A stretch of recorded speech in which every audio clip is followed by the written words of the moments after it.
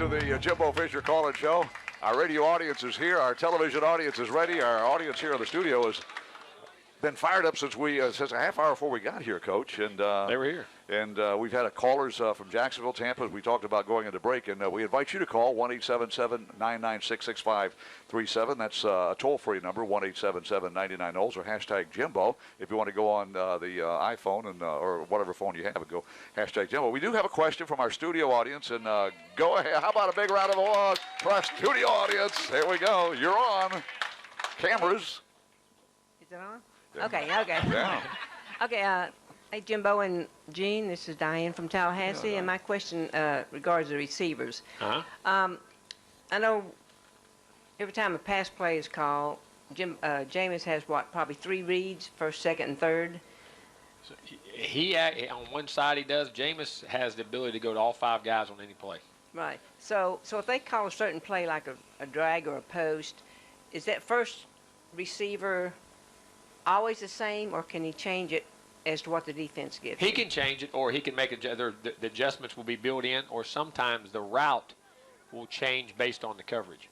Sometimes that route will be altered, and they'll run an alternative route based off coverage, or he has the ability to let that be a decoy route and go to somewhere else in the coverage. If that coverage takes that away, he has the ability to go somewhere else with the football. And we build that in. We're more of a pro-style team. In other words, he has the ability, because he can process that much information, to be able to see things and come back. So, for instance, the play to Bobo that he caught on the backside when he was singled up was the same play that Bobo caught in the slot to the trips on the front side, but he read the backside of it that time. It was the same call and 2 different people on the play. Now, it had to be the same guy. We moved around because we moved guys for matchups, but that was actually the same play that was thrown in 2 different spots for two of the touchdown plays in the game.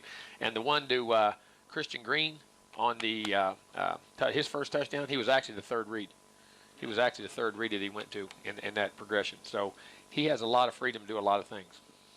Okay. All right, Diane, there's the answer. And thank you. There's a lot of adjustments to our offense. I'll promise you that. Yeah.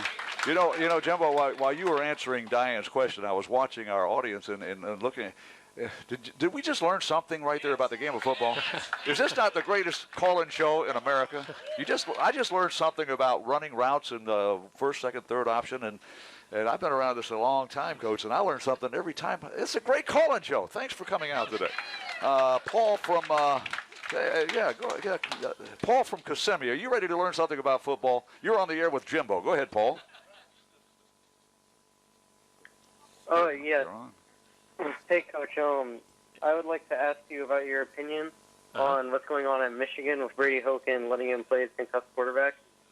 Well, I mean, I'm gonna say, if you know, I'll say this. I'll guarantee. I know Brady Hoke. Brady Hoke would never play a guy he knew had a concussion. I'll say that. I can guarantee you that right now. Brady Hoke is a tremendous man. What I think they've gotten. I mean, he didn't see the guy stuff. But I'm gonna tell you something, folks. You as a coach, you could be looking at his play sheet. You could be looking at another player, talking to another guy, coaching somebody else on the sideline. I mean, you don't see everything that happens on the field. And sometimes those things get by you as far as a guy, I haven't heard. I haven't seen anything. I've just gone all about what this is all hearsay that, a guy stumbled or something. But sometimes guys have hurt ankles. You don't know so many kids waved. Then somebody said the kid waved him off. But, if he'd have saw it and thought there was something there, I'll guarantee you Brady Hoke would have done something. And any football coach in America would. Nobody wants to play this game at the cost of these young men. We don't. I wouldn't. And I know Brady Hoke would. And then, this just a thing that coming up right now because concussions is a big issue. It's a big issue across this country, and it's a major thing. Our protection of our players. We love this. It's a gladiator sport, but it is a violent sport, and we have to take care of those young men the best we can.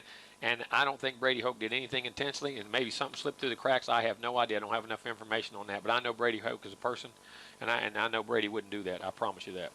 All right, Paul from Kissimmee. Home of the Kissimmee Cowboys down there. Pretty good football team in Kissimmee, Florida, just outside Orlando. Keep up with the Noles at home or on the road by downloading the official Florida State Game Day app free for your Apple or Android device. Listen to the radio call, check stats and other game day information. It's all free. That's the FSU Florida State Game Day app. The Jimbo Fisher Call-In Show, presented by Napleton Infinity, live from the 4 Points by Sheridan, will continue after these messages.